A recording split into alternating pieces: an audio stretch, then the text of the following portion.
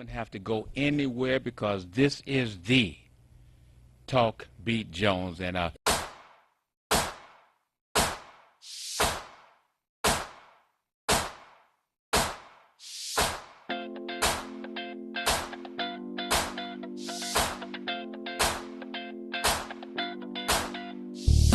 this is the Talk Beat Jones.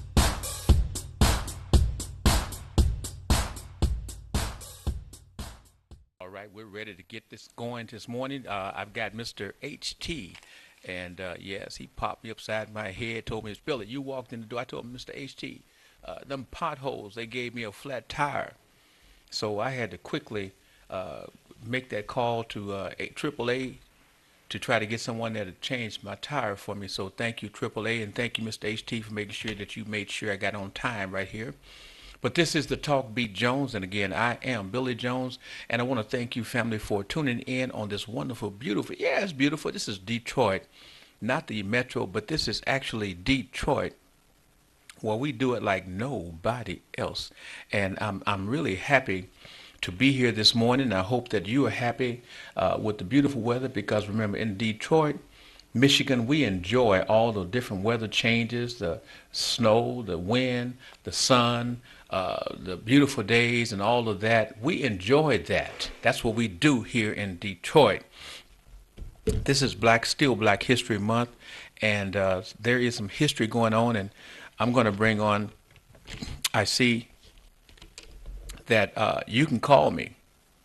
If you're up and you're not getting dressed for church, if you're not laid out because you went out and partied too much last night or the night before, the day before, or today or whatever, depending upon when you're trying to watch us, uh, you can call 313 868 868 6612 868 4336.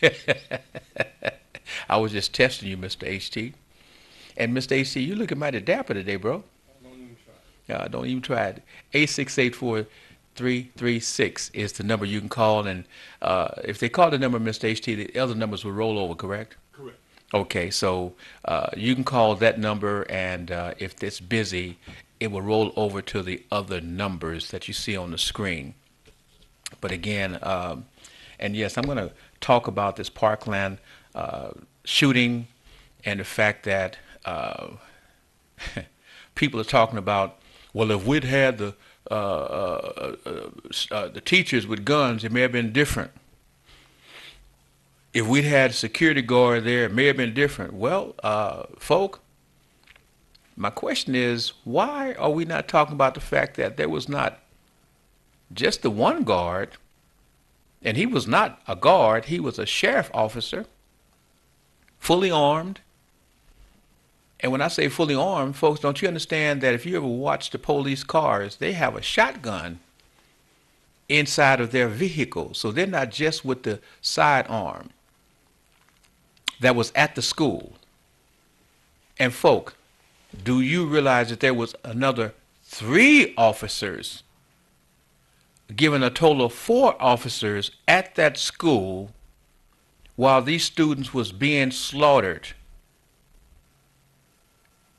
4 sheriff officers was at the school while these students was being slaughtered. Where were they? Hiding behind their car. Have you ever listened to New Year's? I have. And I've heard these guns go off, and there's a distinctive sound to the gun or the type of weapon this young man was using. These sheriff officers recognize that sound.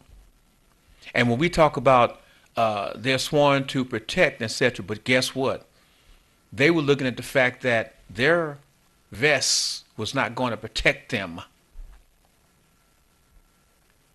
They're thinking about their family and the fact that they want to go home. Be damned what's going on in that school. They want to go home. We talk about the bravery of our police departments and the people who serve. But did these 4 officers go in to try to protect these students? Check out the report. You had 17 children that was killed by this guy. And we have black men that are killed, quote, for marketing single cigarettes. Single cigarettes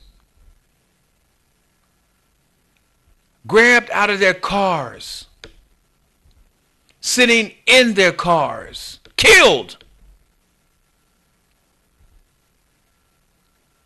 But this person can go into a school and kill 17 students and injure more, and when it's all said and done, he walks out without a scratch. And then they say, oh, he has a mental illness, possibly. But these 4 officers, sheriff officers, did not dare to go in and confront him to save these children. So when we talk about arming the teachers,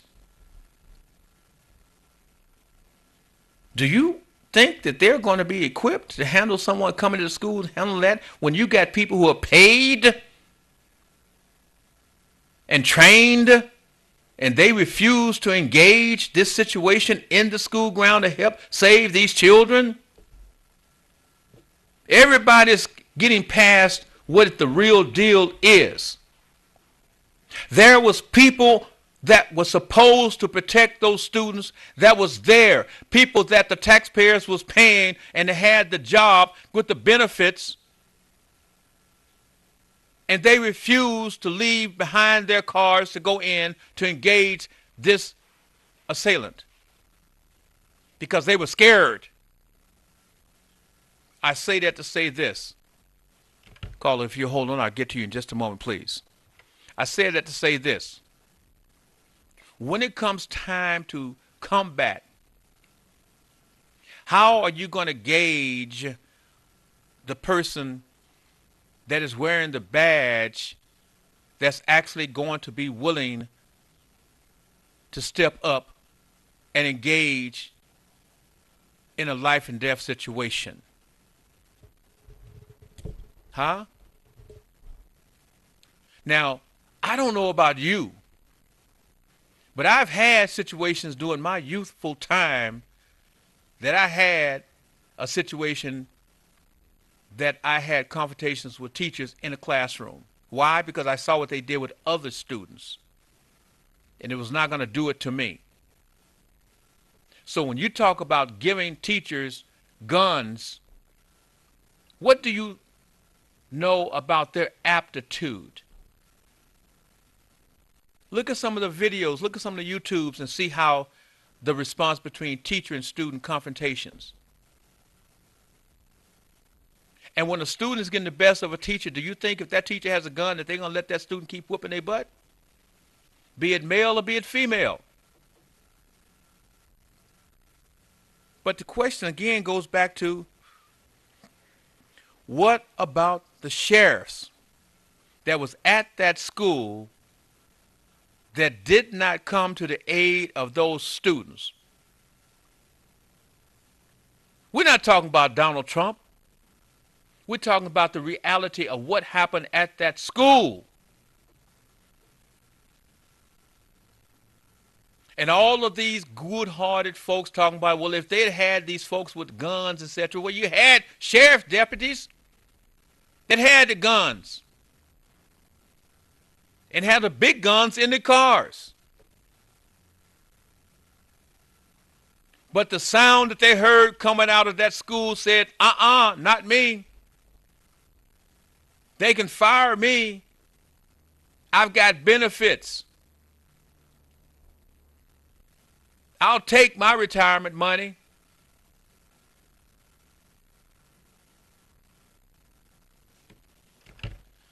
I just want to quickly find out, who am I talking to, please? Hey, Mr. Cameraman. Candleman, I ain't can gonna stay on long because I'm running out, but I wanted to touch base with you. I know you guys know we can't get on the did you say computer you? or the on the phone. We can't pull you guys up, so I had to listen through the phone. Wait. But You say you can't pull us up? can't pull you up on the phone, on app, or on the computer. Okay, Mr. Tyler, Mr. Tyler. Yeah. Okay, Miss Tyler is checking it out now. I'll stay on the phone. I'll get back with you in just a minute. Okay, Candleman. Okay. All right. All right. Wow. Mary, Hello? Mary. Yes, how are you? Okay, I'm a little blistered on this Black History Month, Yes. and I was gonna come in and doing some Black History, but you know when I'm listening to the people, I'm listening to people who are supposed to be leaders, and I'm listening how easily we are being diverted in our attention because we hear about the Marvel movie Black Panther, and we give it all of the great snaps and pushes and whatever it is you want to do and talk about that and talk about it, and then we move away from what's really happening in our life, and we want to go through it. It cracks me up about how the people become great historians when a movie comes out, and we want to go back and talk about what it is and analyze it. And the bottom line is that could you have given uh, uh, another black person $200 million or $100 million to make a movie and have all of the movie theaters available to you and have the marketing arm of a giant company to put your movie out and then look at how much money that it can make and have everybody, I don't care who they are, everybody. Did you go see the Black Panther movie? Did you do this? Okay. But we have a congressional race going on here. We have activities and things that's going on right here in Detroit that's going to determine what's going to happen to us, me, our grandchildren, our children. Are we discussing that? No. No. We looking at back at what we look like being black folk. Women wearing naturals and having not the hair pressed out. Brothers walking in stride and pride. Okay. But does that mean that you're supposed to only talk about the doggone movie? And I'm proud that we have a great, quote, movie. Oh, But there is supposedly a process that you are also supposed to keep your eye on what is happening to you right today, the Donald Trump thing, the thing that's going on in your community. It seems like we have to bow ourselves to whatever the latest, greatest thing happening in the media and get involved with it. That's how I say we are always bamboozled because we can never, ever look at what is in front of us because they keep changing what's in front of us and we keep on biting at it. It is surprising to me some of the great people who are leaders, all they want to do is talk about the Black Panther movie. Did you go see it? And this and that? Yeah, well, I seen it 2 or 3 times. Oh, I'm like, come on now. all right. Okay, now I'm going to shut up and let you talk about it. I don't know if you've seen the Black Panther movie. Uh, I want to kind of cheer people up this morning, I can't hear you. Billy. What'd you say? I would like to cheer people up this morning Okay. with a little ditty. With a little what? With a little ditty. Okay. Twinkle, twinkle, little me. I have lovely life. That's it. Okay. That's it. I just, last week we talked about this, and I didn't agree with you then, and I don't agree with you now. You say you don't agree with what now? I don't agree with you about Black Panther's movie. Okay. Because if black people can get one day of happiness, and especially the children, it's not only a movie, but people are getting out there, getting black people together, black children, and talking about the movie and what's happening in their community. Okay. It's not only a movie. These people are going to spread the money in our neighborhood. So let's talk about Trump. Okay. Now, if this man Hold is on, not cameraman. impaired, Mm-hmm. who is? Telling you to go out here and arm teachers. Like you said, the teachers will be shooting the students. And the students will be shooting the teachers. So I agree with you there. I congratulate those children of Florida who getting up, standing up more than the adults. And I advocate that the children. Hold on, Mary. vote. Mary, hold on. Make a quick announcement. I just was shown that we're up on the TV33 app, and I believe if we, Mr. Tyler, if we're on the TV33 app on the phone, that means we're back on the internet. Okay, so it should be back on the internet. So please tell your friends who could not receive us that Mr. Tyler just went by, showed me on his phone that we're on the TV33 app on the telephone, and we should be able to be pulled up on the internet. Go right ahead, Mary. Like I said, when it comes to Trump, anybody who would sit up there and say armed teachers is his parents. So we got to watch what we call mentally ill. I don't care if it's our leaders or not. If they're nuts, they're nuts. And that's it. Yeah. Yeah. I'm just saying. Yeah. Let's go back. I mean, Let's go back to Al Capone and the mob. why we got to go back to Al Capone? I'm gonna bring it. I'm gonna bring it up. Wait a minute. I mean, How right did- here. how did they- but how did the they the end? reason I ask you that question is because right here, we've had in the last week, we've had 2 threatened school shootings, Right. in which one of the persons, a security person, heard of the threat and stopped one of the students and found that his brother had all of these guns in their homes as they was trying to prepare to shoot up a school. I heard of it. So it's like the process of people who are willing to do these things, it's not going away, it's growing. And the question becomes, as family members who have young folks in their homes, are you telling me that you are okay with your family member, your young folks, having guns in your home when they tell us that the guns are supposed to be locked up and you're supposed to know what's going on in your house? You're supposed to know what's going on in your house. But see, we've gone through the process saying we can't spank a child, we can't discipline our child in a physical Amen. perspective. And then when the child tells you, no, mama, no, daddy, you can't come into my room, that's my that's what? Come on now. Am I paying for this house? Am I paying for this rent or this lease? Everything in this house is supposed to be a part of where I can walk anywhere that I want to and check out whatever's going on. So this is where we are in America, that the children know when the parents are not in the house, can bring, when people say, well, how do you do? Because they know when you're not home if they want to.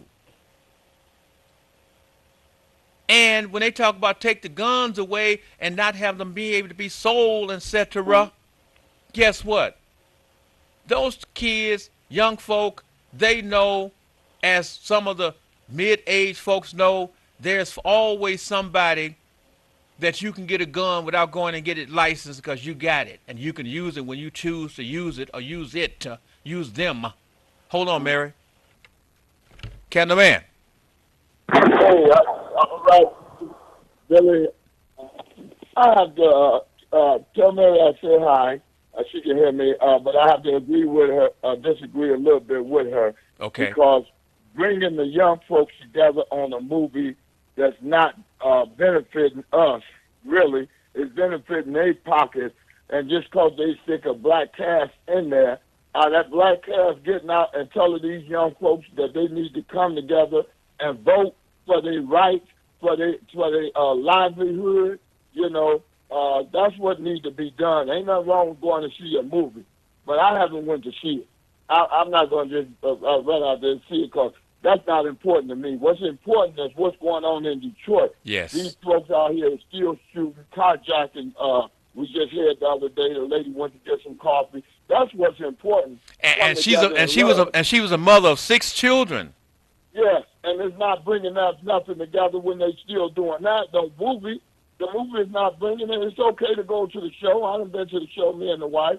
But to run and rage and talk about how this movie is and all that, where's the real? Billy, me and you was around when the real Black Panther stood up and was fighting from keeping the police from killing our people and all that. Yes. That now put something out there for that. Yes.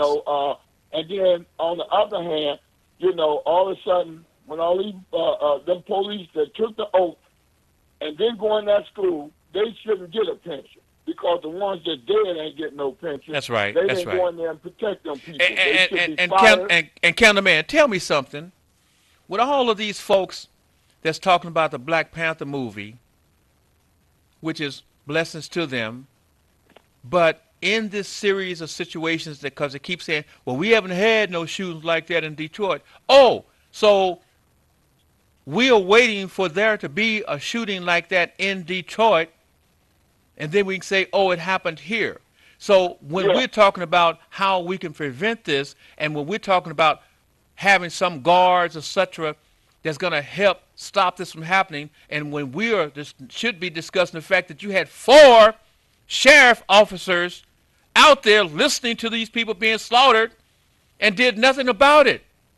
If I was a family member and I lost my kids that way, I would sue the sheriff's department because they took an oath that they're supposed to protect, serve and protect, and these guys were scared. If they were scared, they shouldn't have never got on the force because down the line somewhere you might have to run into some situation where your life is threatened as far as with a uniform on, and you got to be the first respond over the people. You know what I'm saying? And that's why I was sue.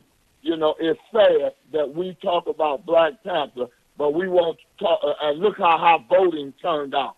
The mayor race just passed. The voting turned out. The people came out and didn't vote. But we want to go see a movie 3 or 4 times and things. It's okay to go see the movie, but get off your butts and vote. And with that, let's look at how divided, quote, the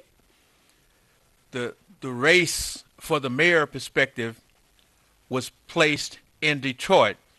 It was placed in a black and a white perspective, in that many folks who supported Coleman Young and Mongo respectively pushing everything about black and white, and people that were so behind Coleman Young, even though he didn't have the money, but there was people talking about they were so for Coleman Young and his father's legacy and the fact that he served in the Senate, etc. But tell me, doggone it, why is it that we don't have that same overdrive now that he's running for Congress?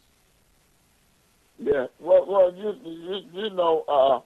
my thing, and I'll be honest with it, the campaign needs a shakeup. Okay. We need some strong campaign running and pushing Coleman. Okay. Because Coleman is a smart guy. Yes. But you got to be packaged right, and Coleman is very intelligent. And if he was packaged right, you know what I'm saying, he's supposed to be in the spot. Because that guy is, don't get me wrong, he's ready for it. He's been up in Congress. He did things. and I don't know why we don't put out. If you don't have the right team, then I don't care. It's just, you ain't gonna win. That's So just like that's like in sports that right. they tell you that we've got the players on our team, whether it's basketball, football, baseball, or whatever it may be, but we have to change the coach and maybe the general manager to take our team to the next level. So that's what we're looking at in the politics. And loyalty is not something that wins. Right. You got to put the right team together. Look at the Pistons. What they just how they accomplished the new guy, and they not when they started out they were doing good, but they getting tore up from the floor up every time they play now. Yeah. Look at Jordan. When his team wasn't together, he'd hit 60 points, and the Pistons would still beat them down. Until they learn how they got the right team, the right squad together to go out there and win, then you ain't going to win. We can love you all day long, all night long. But if your squad ain't right, you ain't going nowhere. It's just you, and things. That's what happened with the Lions on Billy Sims. And them. They had that good running back and all that, but look what happened. They kept losing. They didn't win no championship. And they got tired and came on out of it. So our black folks got to put their priorities right. That's it's right. okay. They done took our eyes off the prize with a movie, and they still doing what they doing to us, and we won't get off our butts and fight and vote and all that. Like I said, ain't nothing wrong with going to the movies and seeing Black Panther. But let's get our priorities right. And we got some folks on the radio that talks that talk, and everybody talking about you're the great thing, you're the leader, and we respect you, and etc. But if you go back, because it's on the radio, it's on recording, the person says, I don't believe in voting. I'm not going to vote. I'm going to stay home. I'm not going to vote. Come on now. Don't count. So when do you have a chance to change up and talk to people about making change when you come on and you tell people that you are not going to come out to vote?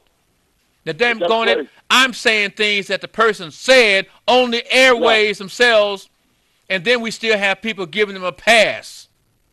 No, you don't get a pass. We need to vote. That's all we got right now to vote. True fight with. I vote.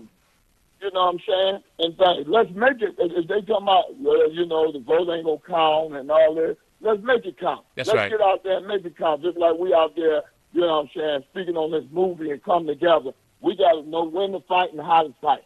And that's one of the key things we need to do as a black race. First of all, instead of we pointing fingers and going at each other, we got to come together.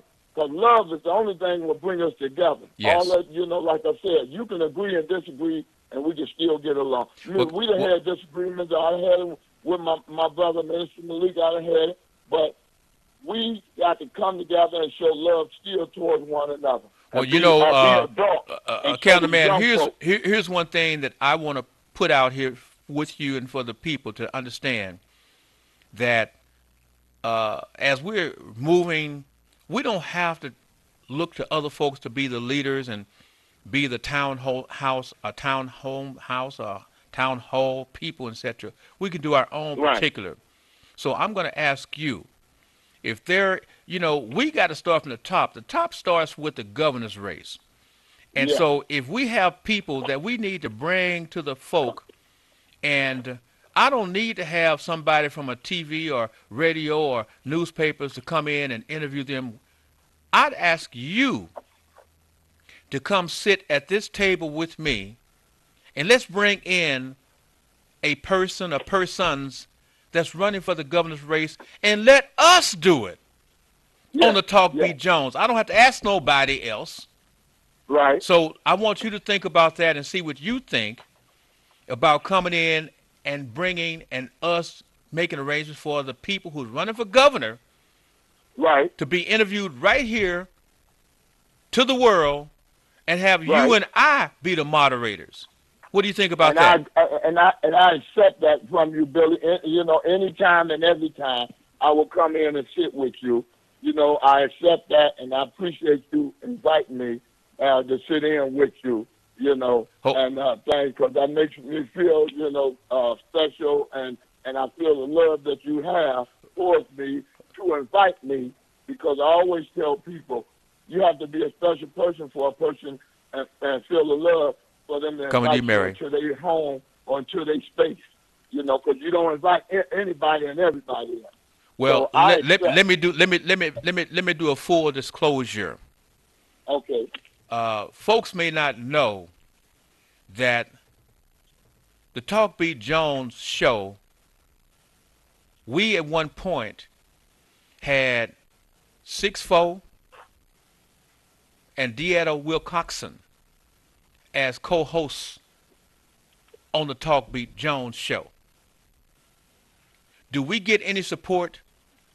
No. Right. Okay? But I want folks to know that we reached out and had them sitting at this table for weeks, and it didn't work out. Mm-hmm. But we had Deetta Wilcoxon and 6-4 at this table with a carte blanche, meaning they could say, do whatever they wanted to do, present or bring anybody in on this show, Right. and it didn't work out. So I'm saying that we are going to rock and reload, and I'm asking Candleman, hold on, Candleman, I'll come back to you in just a Okay. moment. Mary, Yeah. you're back live. Talk to me however I'm you want to back say. alive. And I don't like being attacked by you or Candyman or Candleman, whatever. Because for one damn thing, Uh-oh. when it comes to the Black Panther movie, I'm not making a big thing out of it. Part of it was made in open. I'm proud of that.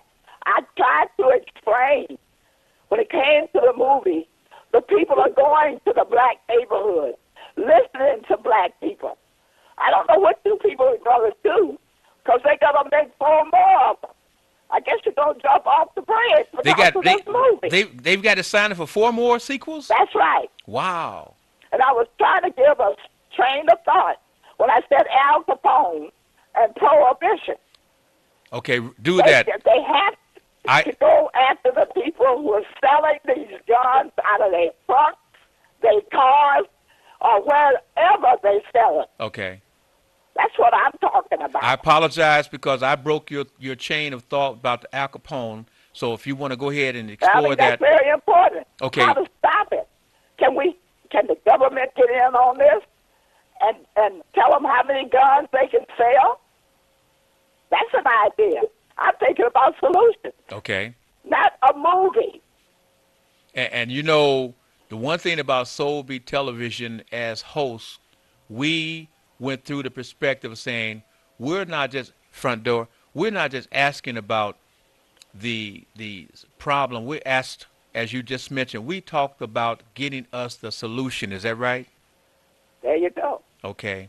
So Like I said, you talked about the deputy sheriff. yes. What are you going to do about him and the other 3? This deputy sheriff, wherever he goes, he's going around turning. Yes. They get his money. Is he impaired? Somebody's got to think about that. Yes. He ought to be charged with 17 murders. That's right. That's right. Give I him mean, 17 years. they should but be he's going to walk away free. they should be charged for accessory to murder because they were derelict in their job and their duties. They were You let that be a black man. and the thing about that again is, like I said, we have black folks that was choked out, shot and killed for selling CDs, That's single right. cigarettes, and this white boy can shoot 17 folks and he can be arrested and don't have. They did not throw him down and force him down to the ground and mess up his face or mess up his skin. His pink skin was still all intact That's right. the whole time, and he was smart enough to know one thing. I killed these folks. I don't want to die. I'm not shooting myself, and I'm a white boy, and they're not going to shoot and kill me. and they're not even gonna rough me up because I watched what they did with how they handled the guy who killed all of those folks in the church, how they gently arrested him Got him a and hamburger. took him to the hamburger place and bought him a hamburger. And the whole thing is, how in the heck are you gonna take somebody to the anyway? I got to get ready to get out of here because Reverend Massey is here, and I want to come back to Candleman, but I want to thank you because you have proven to be a wonderful host. And sometimes, Mary, you have to forgive me. I forget the perspective where you come from, and you have to sometimes slap me. And Anytime. Bye, Billy. I'll talk to you Monday night. All right. Bye bye now. Bye-bye. Candleman, I got about a minute before I got. Hey, brother, tell Miss Mary we wasn't attacking her. We attacking the movie. Yes. It's not her. And we just saying that how our people would jump for a movie, but won't jump for their rights in life That's right. as voting and things. That's what we trying to say. It's not attacking them. It's just that, like I said, ain't nothing wrong with the movie, but it's funny how we can get off our butts and go spend money to watch a movie 2 and 3 times, but we won't get off our butts and go for free. Hey, Candleman, I'll be back on the air Monday night. Let's get back together. Got to go because I got Reverend Master. Right, thank you. Okay, bro. And so I I want you to really think about that, and let's get together on it. Okay. Okay, brother. Okay. Family members, you can call me at 313-412-3111. I know you want that liquid biocell. I know many of you have been sick. You want to get healthy. You want to feel greater, better. Call me. I've got that liquid biocell, the #1 product, period. I also deal with the Easy Silk hair and skin line products, 313-412-3111. I got to go because Reverend Dr. Massey, the voice of Detroit, is here. Come on in, Doc. Bye now, family. See you. Love you. Have to go anywhere because this is the Talk Beat Jones. And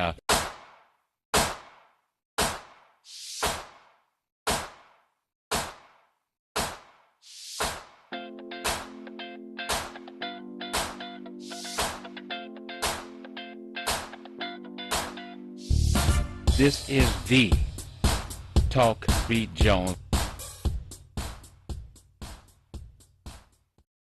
Good morning, TV audience. This is Dr. Master with the Voice of Detroit on this lovely TV station, WHPR, coming out of Highland Park, Detroit. We just want to thank the Lord for a safe trip to Washington, D.C. on last week.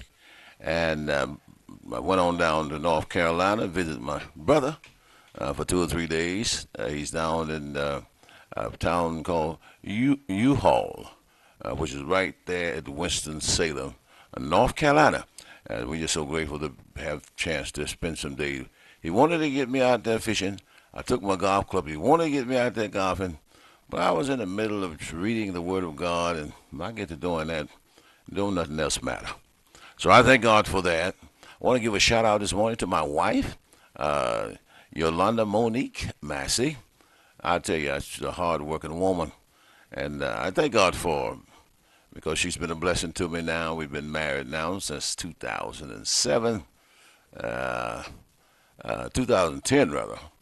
This is our 8th year, and we're going on a cruise in the month of April, and we're going to be out there about 9 days or so, going down into the Bahamas, and we just thank God for that opportunity to just get away, and nobody but me and her hit up 101.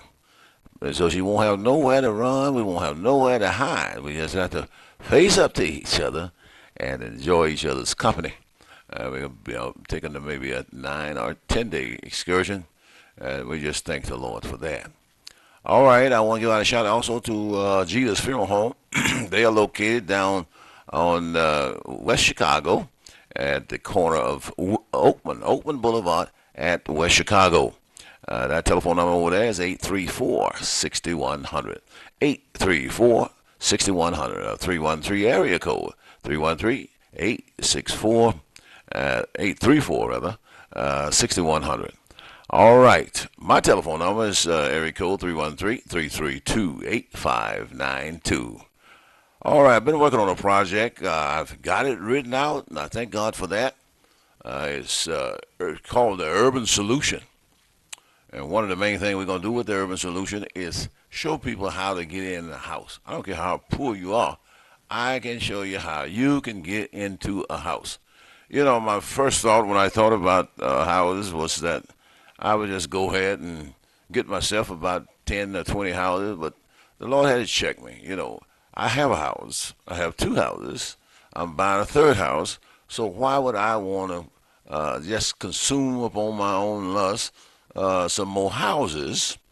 And not that I can't have more houses, because I got sons. I got three sons, and they need a flow of income. God has given me the ability how to get the houses, and I know how to get them, so I can get them. I can give some to each one of my sons as well. But personally, for myself, I decided, yep, I will get some more houses, but I will slow down until the people here in the city of Detroit and Highland Park have a home. Those that want a home. Those of you who really desire a home, just give me a call. My telephone number is area code 313-332. 8592. That's 313 area, 332-8592. Had a couple of ladies that called me.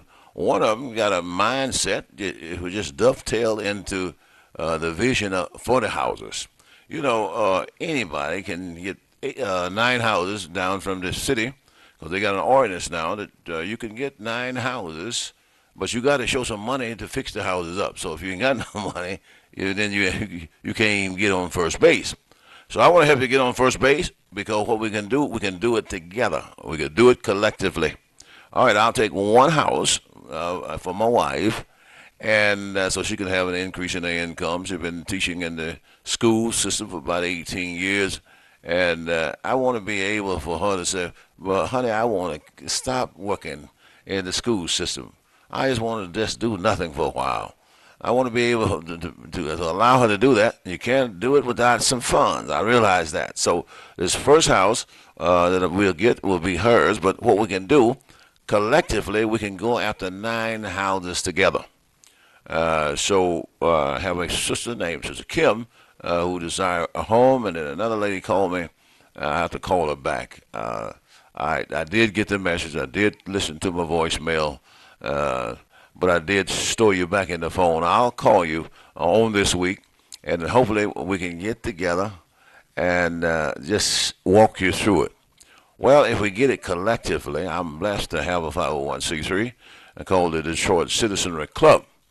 And so we can go after the houses up under that 501c3.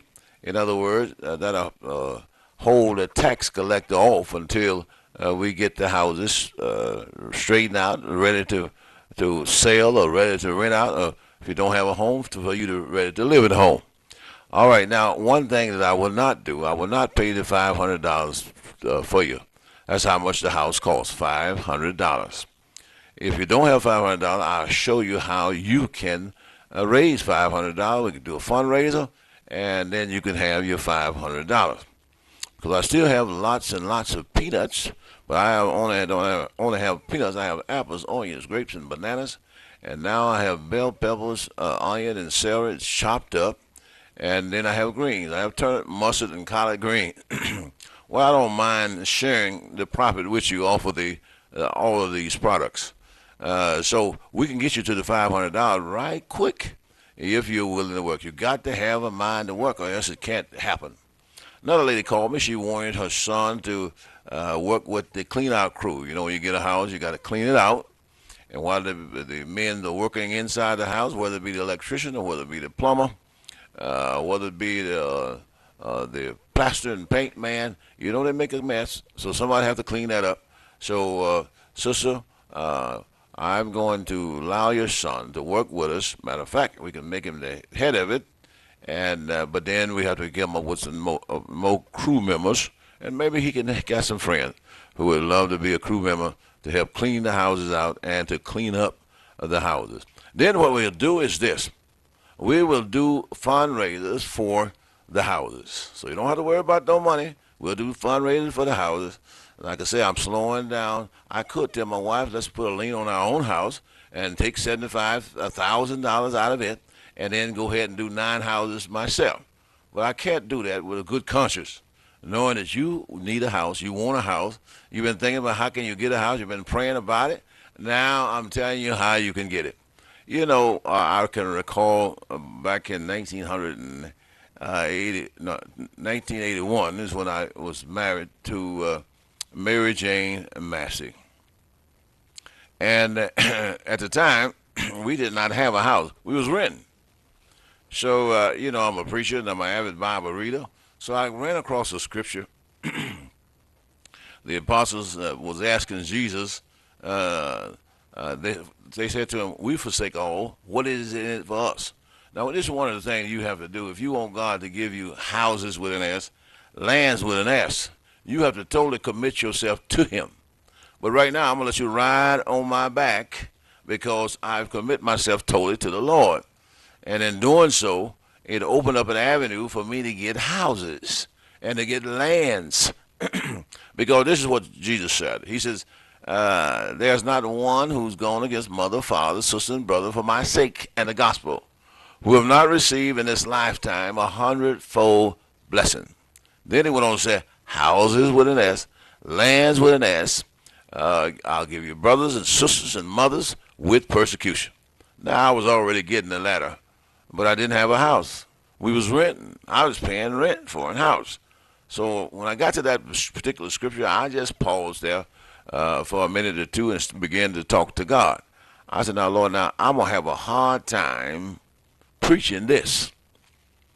A hard time preaching it because here I am, don't have a house. Now, I didn't forsake all to follow you, and I don't even have a house. So I tell you what, you know, then my wife, my former wife, said to me, she said, well, I'm going to get me a house. I said, well, I'm going to get one too.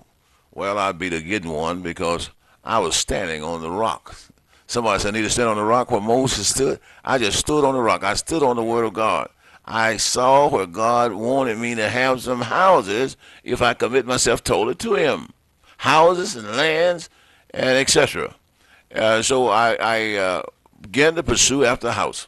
Well, he gave me a house right there on Sorrento. It's still standing there now, 9302 Sorrento. I've given it over to the Detroit Citizen Club, but we got to get in there and do some work on that particular house. But the house still stands. It still exists. So then when God gave me that house, the house across the street came open. It was on the HUD list. And what I did, I went down and put in for the house, but my bid wasn't high enough. Somebody else got the house. So I was getting ready to go down south, down to see my mom and dad. And when I went to see my mom and dad, I always gave them a piece of money. And I had only $700, and I was getting ready to make the trip down to Arkansas. And I told the Lord, I said, now I'm going to give Mama 100, I'm going to give Daddy 100. And I got to get back and got to spend a few dollars while I'm down there. So I cannot bid on the house. That's what it said. I didn't bid on it. I was just believing God to do it. I don't know how you're going to do it, but you're God. You told me that you would give me houses. I got one house. Now I want that S on those houses. So what happened is that I went down there. I came back. When I came back, somebody had bought the house. I went down on my knees and I began to pray to the Lord and brought him in remembrance of his word and told the Lord, said, Lord, I told you I want that house. Well, the next month, I looked in that HUD book. They used to have a HUD book. You can go down to HUD and get a book and had all the houses in Detroit that they was trying to sell. And I said, open that book up, and there that house was back in that book again. I had a niece named Renee, and she was a real estate agent. So I called her. I said, come on, you can make a few dollars because this house that I've asked God for is back in this book again. So she went down and she put it in, and then I got that house. Then what the Lord began to do, it was like I had discovered that now the heavens is open to you, and God will pour out on you as many houses as you can receive. Now you got to think about now, you talking about receiving a house, you got to have some money to fix up the house. So how you going to work this out? Well, I tell you what happened. Folks started sending me all types of charge cards and things, And with those particular cards, I was able to take the cards, borrow the money off the card, and get the house. Make a long story short, 'cause my time is gone. And when it was all said and done, God had given me 13 houses. I really didn't want all of those houses. The only thing I wanted to know was God true to his word. And I want to tell you today, God is true to his word. And all you have to do is stand on the rock where Moses stood, and God will perform everything that he said that he would do. And if you want a house, give me a call. Area code 313-332-8592. Area code 313-332-8592. You may not have made that total commitment to God, but I have. You can stand on my back, and I'll help you to get that home. God bless you. See you next week. Lord will, and if the creek don't rise. To go anywhere, because this is the Talk Beat Jones, and